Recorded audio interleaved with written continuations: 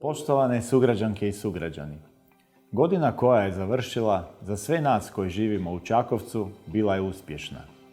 Investicijama i potporama koje smo proveli u 2016. godini, Čakovec smo dodatno razvili i obogatili novim sadržajima. Posebno sam ponosan što se velik broj građana uključuje u postojeće gradske projekte ili predlaže nove, te svojim sudjelovanjem omogućuje da naš Čakovec bude još ljepši i bolji.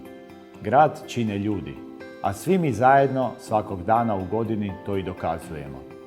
Stanovnici Čakovca vole svoj grad, istinski žive s njim, te iskreno žele da bude još uspješniji.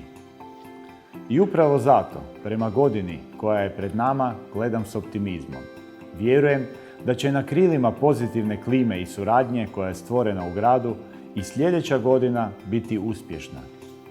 U 2017. godini želim vam puno osobnog napredovanja, uspjeha na poslu, zdravlja te sklad u privatnom životu.